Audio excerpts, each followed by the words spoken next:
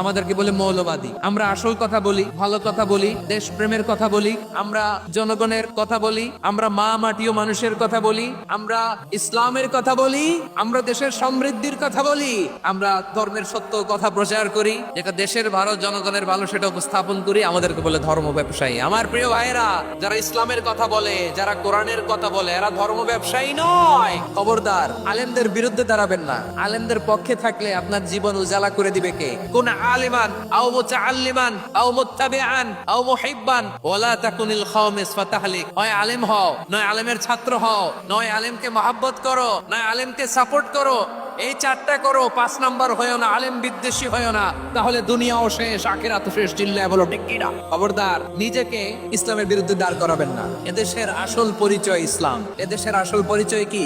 আওয়াজ করে বলতে হবে, এদেশের আসল পরিচয় আমার নবীরে কাফিরেরা যেমনি গালি দিত, এই যুগে আমাদেরকেও গালি দেয় এমন কিছু লোক আছে না নাই?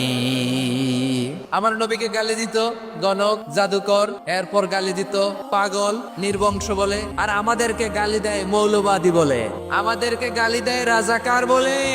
আর রাজাকার শব্দটা তো এখন একটা অ্যাওয়ার্ড হয়ে গেছে, অ্যাওয়ার্ড। সুবহানাল্লাহ, সুবহানাল্লাহ। পরিস্থিতি পাল্টে দিতে আল্লাহর সময় লাগে না। চিল্লায় বলেন ঠিক কিনা?